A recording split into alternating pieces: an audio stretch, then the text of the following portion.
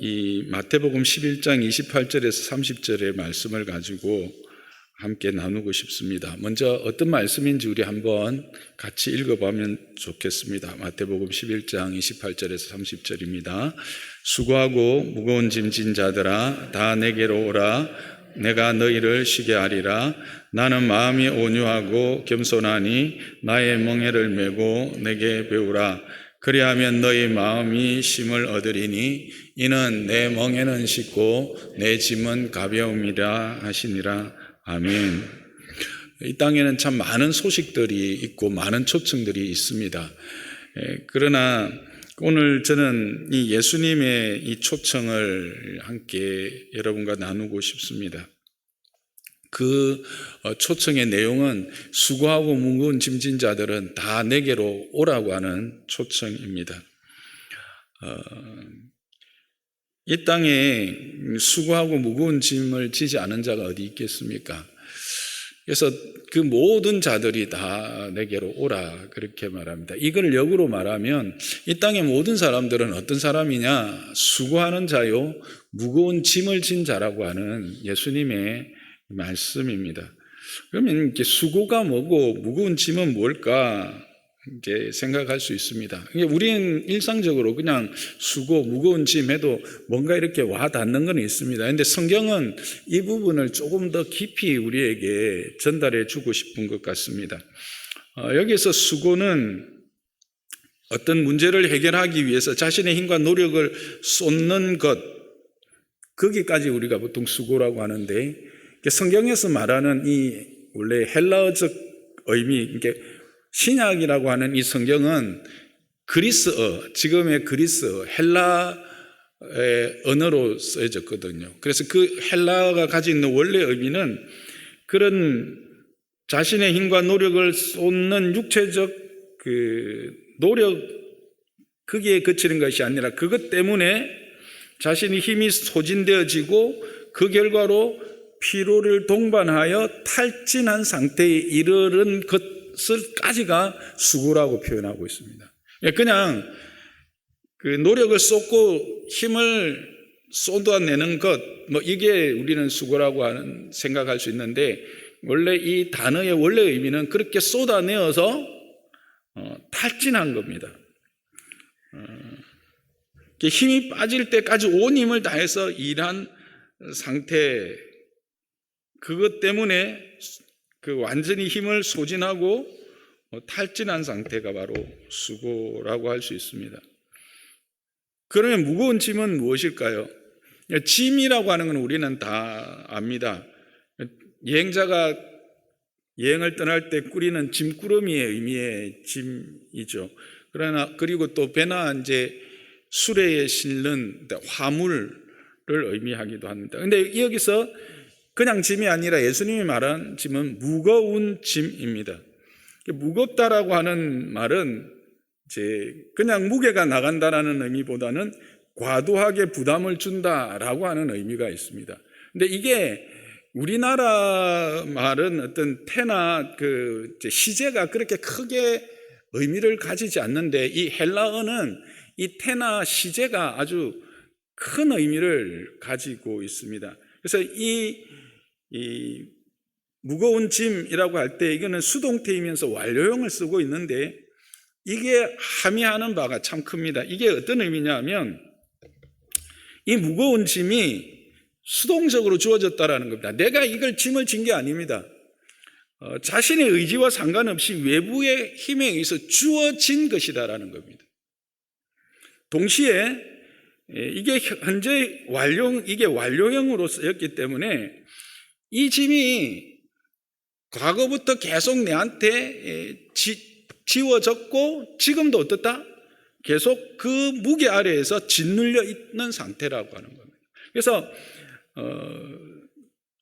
과도하게 부담을 주는 그 짐이 나의 의지와 상관없이 내게 주어졌고, 그리고 그것이 지금도 나를 억누르고 있는 그런 상태에 있는 것을 바로 무거운 짐진 상태라 그런 거 말합니다.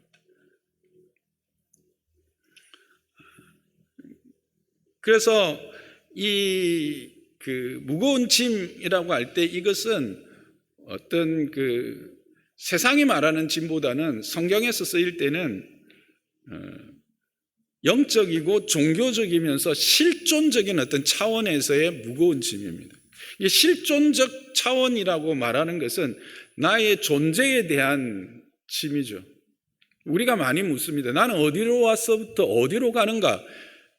그럼 이 땅의 삶이 다인가? 이 땅의 삶 너머는 과연 뭐가 있을까 하는 이 존재론적 그런 짐, 그런 억눌림, 그것으로부터 오는 불안함, 그런 것들이 이제 무거운 짐으로 표현하고 있는 겁니다. 그러니까 예수님은 지금 이 땅에 있는 모든 사람들은 땅에서 내가 생존을 위하여 수고하고 애쓰고 내 역할과 책임을 위하여 힘쓰고 그래서 지쳐있는 자들일 뿐만 아니라 자기의 실존적 존재, 그 실존적 존재, 그 영적 어떤 상태로 말미암아서 감당할 수 없는 짐에 억눌려 있는 자들이다라고 하는 것이죠. 이것에서 자유로운 사람이 있을까요? 한국의 상황을 좀 보면 지금 여기 이제 앉아 있는 분들 중에 많은 분이 30대에서 50대에 속하는데 여러분들 어떻습니까? 이제 뭐 요즘 30대 되면 그래도 이제 대부분은 결혼들 하고 그래서 이제 좀 빚을 얻어서 집도 장만하기는 합니다만 그러나 어떻습니까? 그 빚 갚는데 너무 힘들지 않으세요? 요즘은 또 이제 물론 이자가 좀 내려가고 있지만 갑자기 이자가 올라가지고 힘드시죠. 뿐만 아니라 40대는 이제 자녀의 교육과 노부모 부양이라고 하는 이런 어떤 삼중고에 좀 시달리고 있지 않으세요?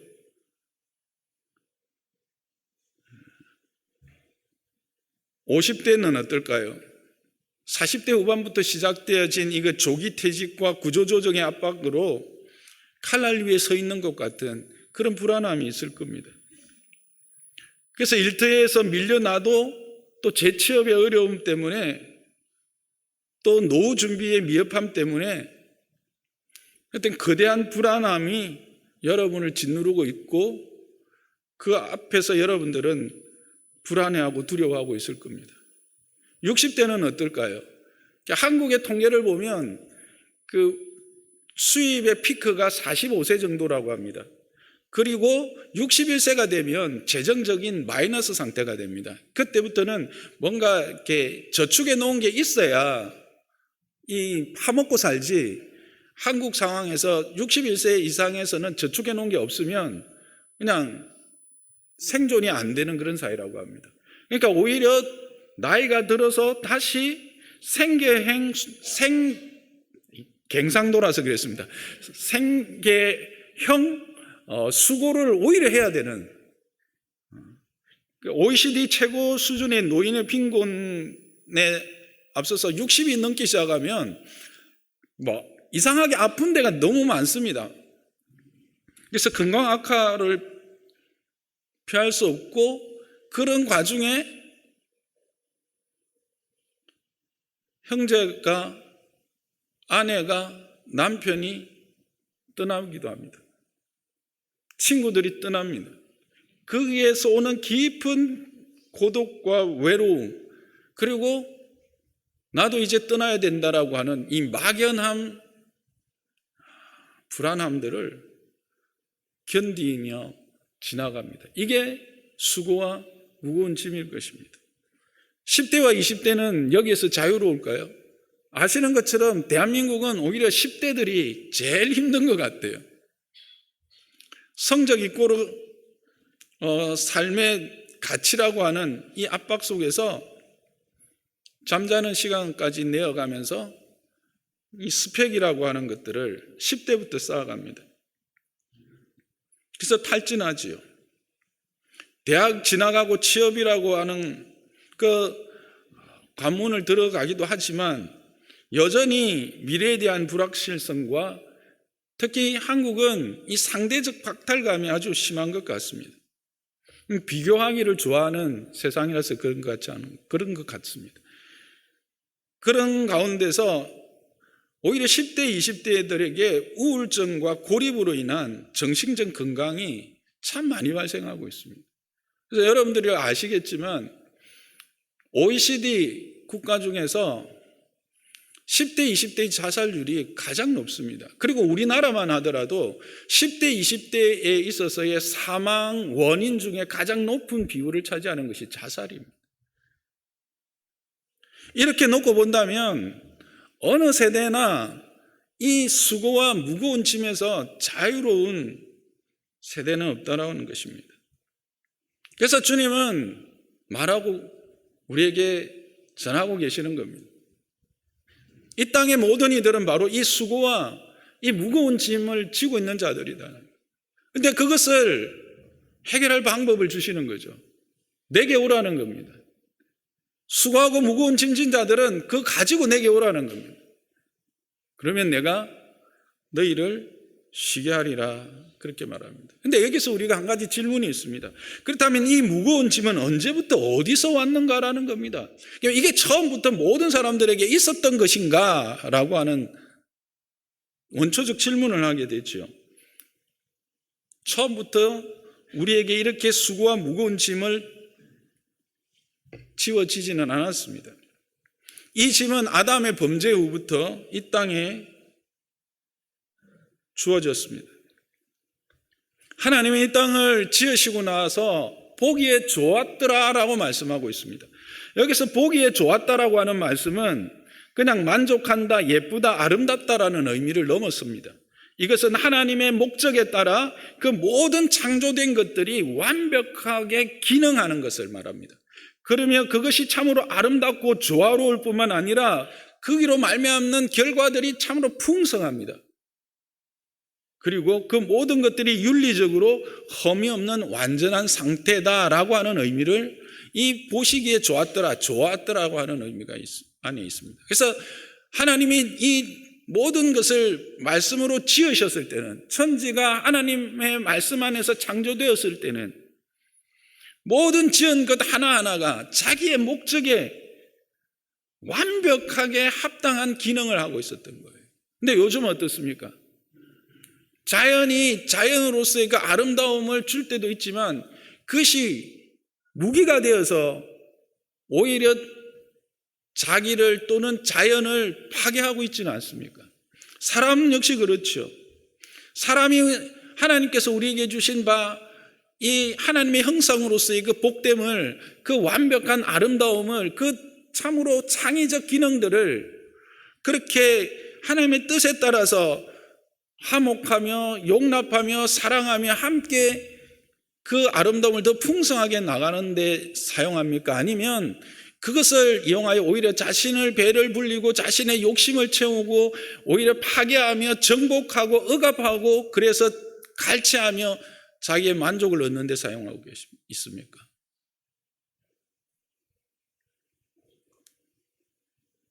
죄가 아담과 하와의 불순종이 이 모든 것들을 파괴해버린 것이죠. 그래서 우리에게 수고가 시작된 겁니다. 그래서 하나님이 거기에 말씀을 하십니다.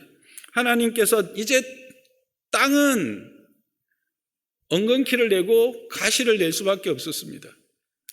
하나님이 참 생명의 기쁨과 감격으로 주신 그 임신과 출산은 오히려 수고와 고통을 동반하는 결과를 같이 가져올 수밖에 없었습니다.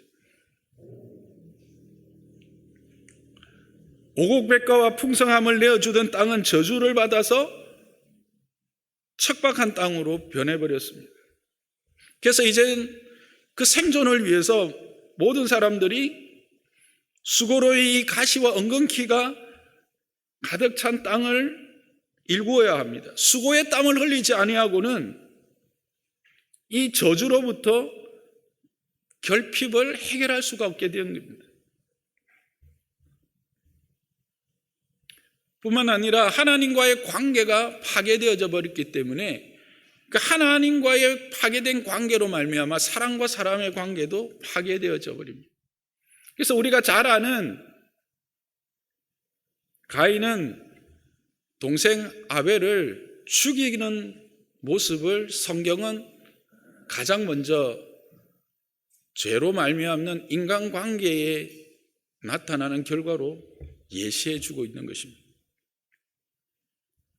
그래서 결국은 지배와 억압과 갈취의 관계로 어그러지고 뒤틀려진 것이죠. 그리고 이런 삶을 살다가 육신은 죽어서 흙으로 돌아가고 영혼은 영원한 심판 앞에 설 수밖에 없는 그런 상태가 된 것입니다.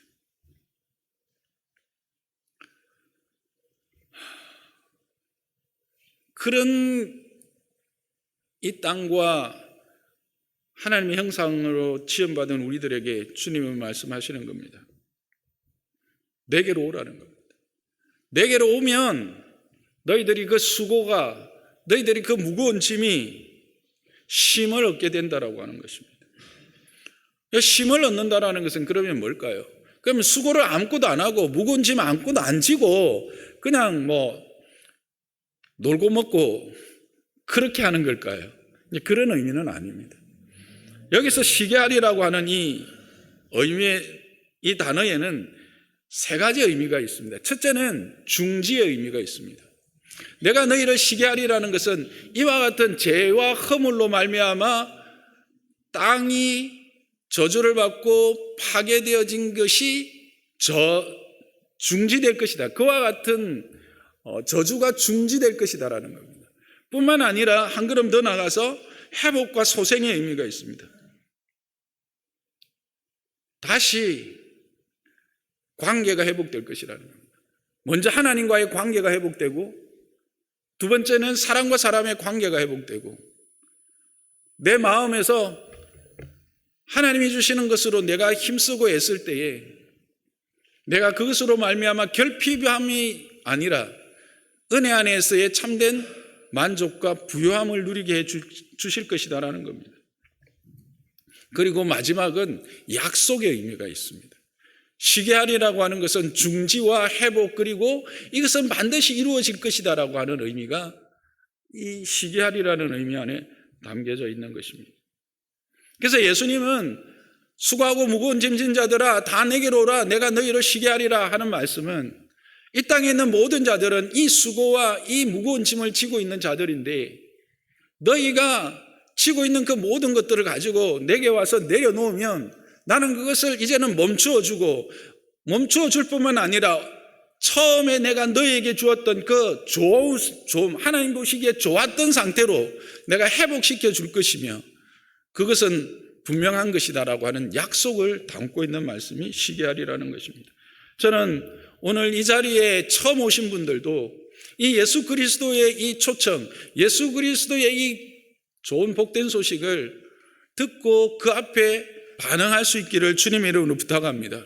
뿐만 아니라 먼저 이 예수 그리스도를 믿고 있는 저와 여러분 또한 이 말씀 앞에 다시 한번 우리 자신들을 확인하고 주님 앞에 우리의 수고를, 무거운 짐을 온전히 내려놓는 시간 되기를 주님의 이름으로 축복하고 부탁을 드립니다.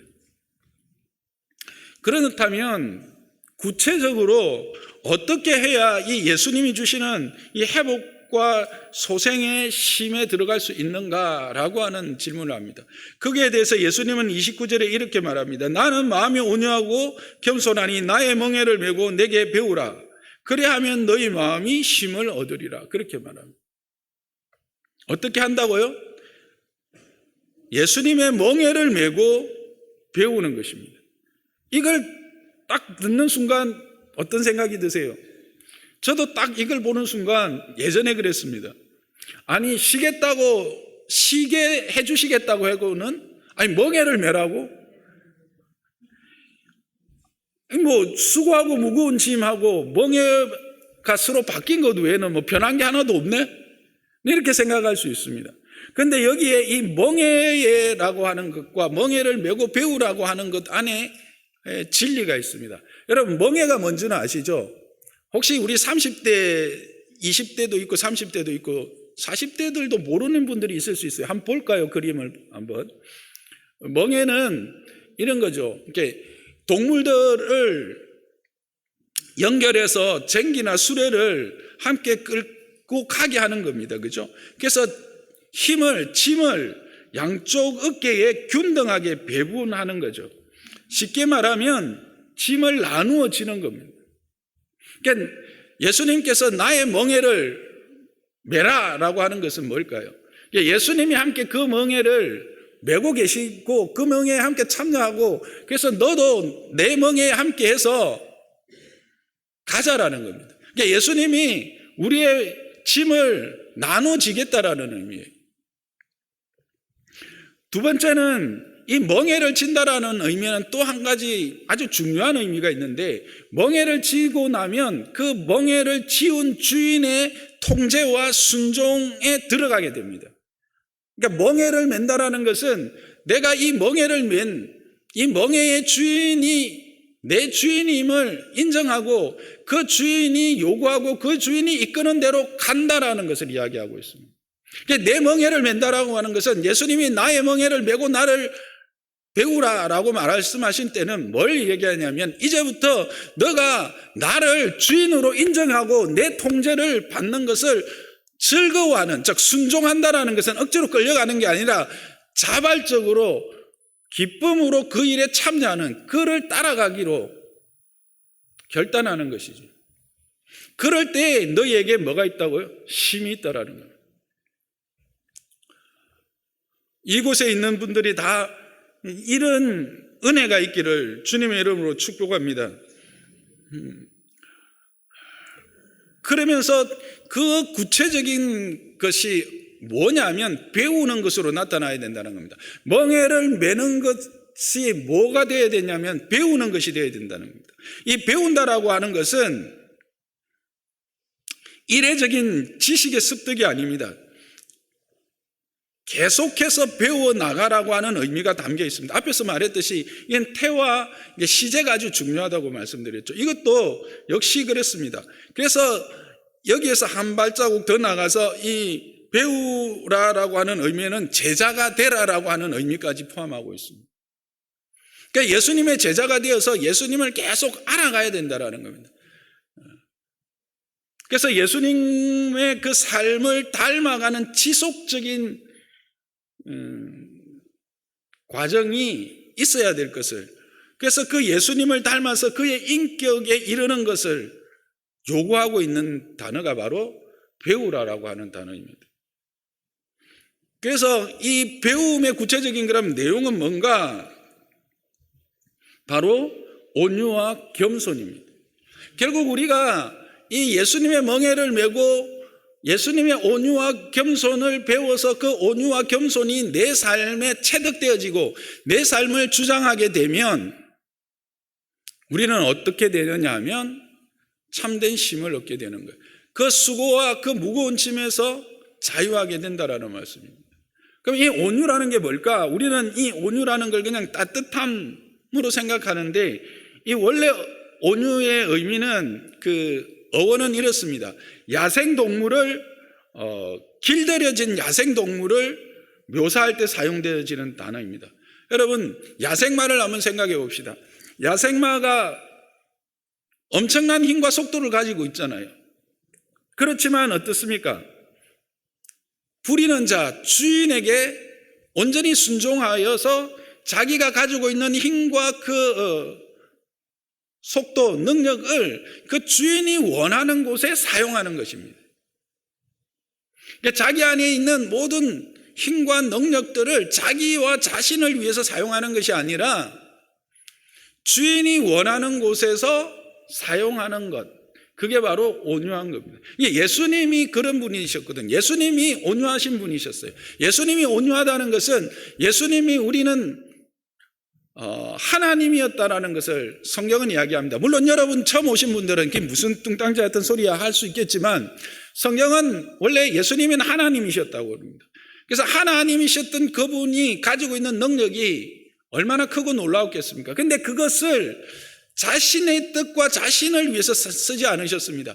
이 땅에 있을 때 많은 사람들이 예수님을 공격하고 예수님을 비난했습니다.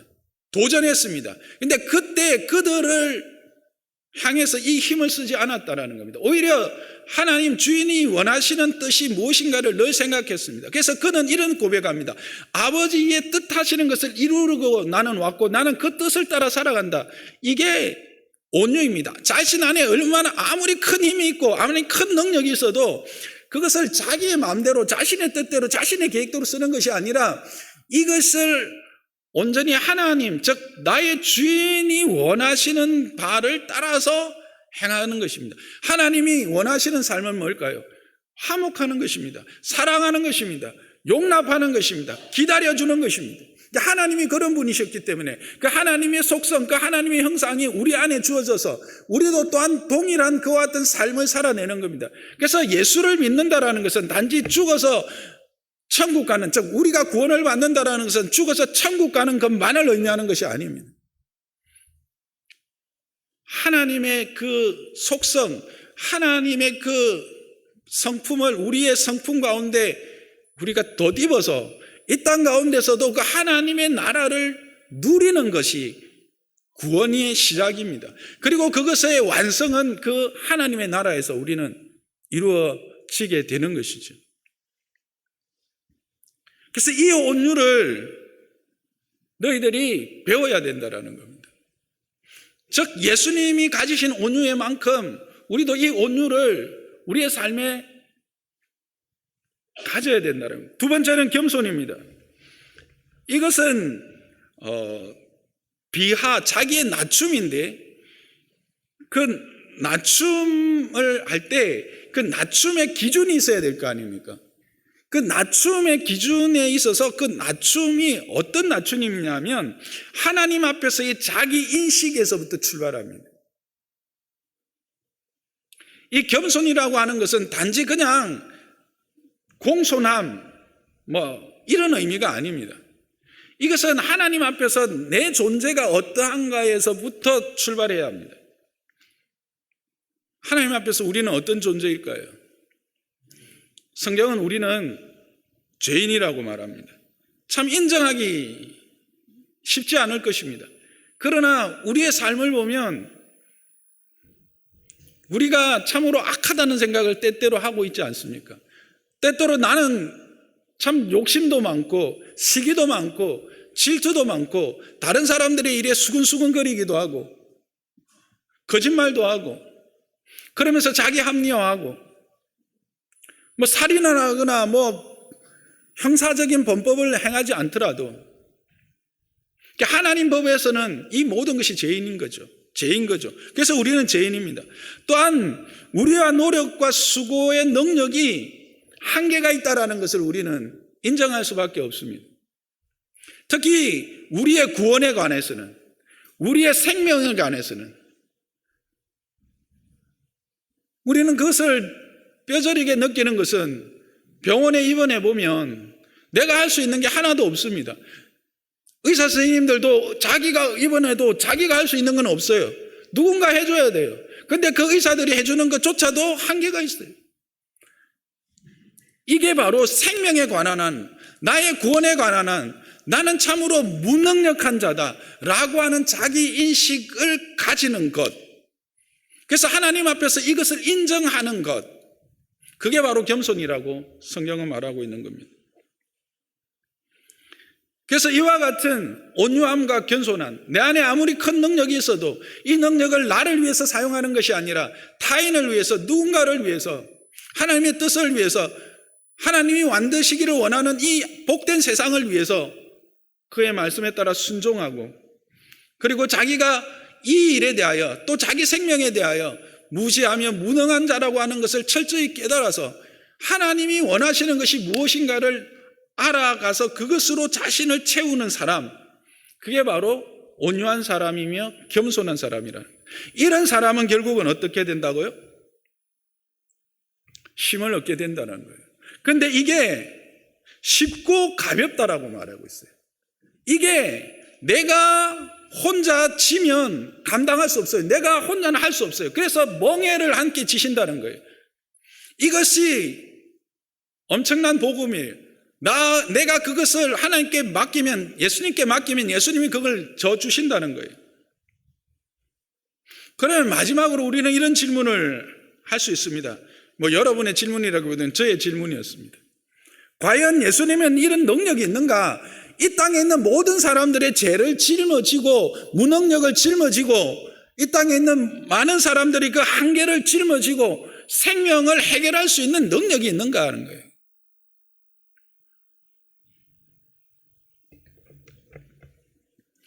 이것에 대해서 구약 성경은 우리에게 분명한 것을 이야기합니다.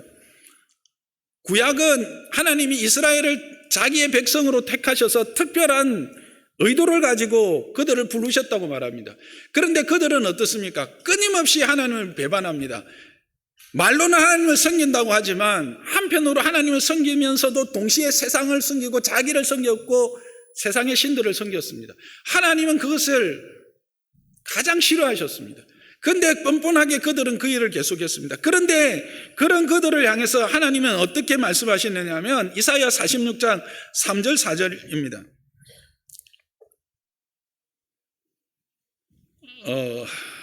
야곱의 집이여 이스라엘의 집에 남은 모든 자여 내게 들을지어다. 배에서 태어남으로부터 내게 안겼고 태에서 남으로부터 내게 업힌 너희여. 이스라엘은 어떤 존재였냐면 태어나면서부터 태에서 생길 때부터 하나님이 그들을 얻고 갔다라는 겁니다. 그런데 그런 너희가 4절입니다. 노년에 이르기까지 지금도 그래야겠고 백발이 되기까지 내가 너희를 품을 것이라는 겁니다. 왜냐하면 내가 지었기 때문에 내가 업을 것이요 내가 품고 구하여 내리라고 말합니다. 이스라엘이 어떤 백성이라고요? 하나님이 가장 싫어하는 것들을 계속 했음에도 불구하고 너희는 처음부터 내가 택했고 그래서 너희가 날 때부터 내가 너를 업었고 내가 노년이 될 때까지 내가 너와 함께 했기 때문에 내가 영원토록 백발이 되기까지 내가 버리지 않고 품겠다라는 것이 하나님의 마음이었습니다. 그리고 그것을 구체적으로 이루어낼 메시아를 이 땅에 보내겠다고 말씀하시면서 그 메시아의 증거가 뭐냐면 이사야 35장 5절에서 6절에 이렇게 말합니다. 맹인의 눈을 밝히고 못 듣는 사람의 귀를 열게 하고 전원자를 사슴같이 뛰게 하여서 노래하는 그런 세상을 만드는 자가 이 땅에 오면 그 자로 말미암아 이와 같은 하나님의 역사를 이루겠다고 말씀하시는 것입니다. 근데 이런 일을 행하신 분이 계십니다.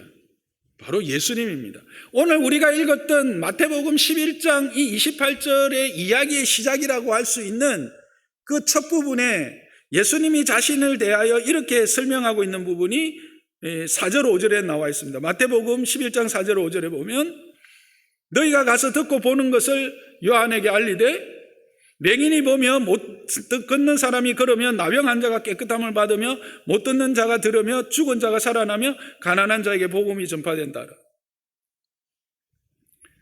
이사야의 말씀이 그대로 자신을 통해서 자기가 행했다는 것을 말하고 있습니다.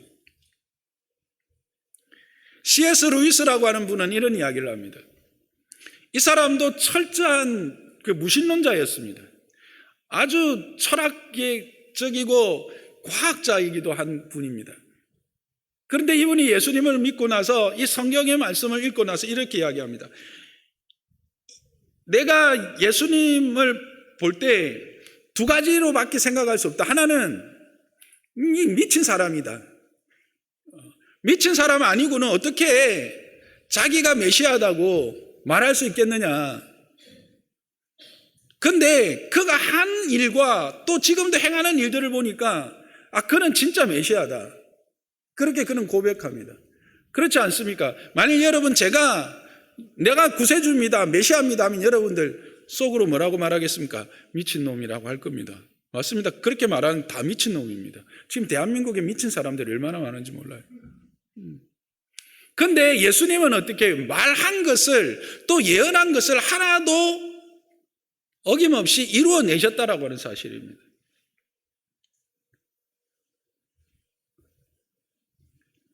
어디에서 이루어내셨습니까? 십자가라고 하는 곳에서 이루어냈습니다. 십자가는 죄인이 죽는 곳입니다. 그렇습니다. 예수님은 우리가 앞에서 했던 이 모든 수고와 모든 무거운 짐의 권원인 그 죄의 문제를 해결하신 분입니다. 궁극적으로 죄로 말미암아 우리는 병들게 되었고, 죄로 말미암아 우리는 귀가 들리지 않고, 죄로 말미암아 우리는 말하지 못하게 되었습니다. 죄로 말미암아 모든 완전한 기능들이 상실하게 되었고, 그것들이 쇠퇴하고 그것들이 소멸하게 된 것입니다. 그것의 근본적인 문제인 죄의 문제를 예수님은 십자가에서 해결하십니다. 그리고 마지막에 이렇게 말씀하십니다. 다 이루었다 하시고 이 땅을 떠났습니다. 실제로 이것은 놀라운 선포입니다. 나는 이 자리에 함께한 모든 분들이 이 사실을 믿고 그 능력 앞에 우리의 짐을 내려놓고 그의 멍에를 메고 그의 온유와 겸손을 배워가는 자들이 되기를 주님의 이름으로 부탁드리고 축복합니다. 처음 시작은 너무나 막막하고 뭐가 뭔지도 모를 수 있을 겁니다. 그러나 이것을 하나하나 여러분 깨달아가면 그 안에서 여러분의 누리는 평안이 있고 여러분의 누리는 기쁨이, 감격이 있을 겁니다. 앞에 여러분 골판지처럼 이렇게 뒤집으면서 고백했던 분들의 고백을 들어보셨을 겁니다. 근데 거기에 계셨던 분들이 뭐 처음부터 나면서부터 예수를 믿은 분들이었을까요? 아닙니다. 제가 보니까 대부분이 중간에 예수 믿었던 분들이더라고요. 처음부터 예수 믿었던 분 몇 분 안 계세요. 이 자리에도 그분들이 동일하게 있습니다. 지금 이 시간 두 분이 나와서 찬양을 하게 될 겁니다. 여러분, 찬양을 들으면서 가만히 한번 생각해 보시길 바랍니다. 여러분의 수고와 무거운 짐, 여러분이 어디서 해결을 받을 수 있겠습니까? 여러분의 힘과 능력으로 그것으로부터 자유로울 수 있습니까? 없습니다. 그래서 예수님이 여러분을 초청한 겁니다. 수고하고 무거운 짐진 자들은 다 내게로 오라고 하십니다. 그리고 와서 나의 멍에, 즉 예수님의 그 성품에 이르는 온유와 겸손으로 여러분을 채우라는 겁니다. 그러면 여러분은 참으로 힘을 얻게 될 것입니다. 여러분 자유하게 될 것입니다. 여러분은 여러분의 문제 앞에 좌절하지 않게 될 것입니다. 오히려 우리에게 준 이 수고를 기쁨과 즐거움으로 감당할 수 있게 될 것입니다. 그런 힘을, 그런 평안을, 그런 소망을 누리게 될 것입니다. 처음 와서 한 번 들어서 무슨 말인지 이해가 안 될 겁니다. 그런데 여러분 마음에 뭔가 정말 궁금하다, 한 번은 더 들어봐야 되겠다, 좀 더 알아보겠다고 생각하시는 분은 그렇게 결단해 주시면 여러분을 돕도록 하겠습니다. 여러분이 이 예수님을 더 깊이 알아갈 수 있도록 돕겠습니다. 여러분을 더 하나님의 그 기쁨에 참여할 수 있도록 여러분을 돕도록 하겠습니다. 함께 찬양을 들으면서 여러분이 각자 그 초청하신 분들의 인도를 따라서 결단하는 시간을 가지시기를 부탁을 드립니다.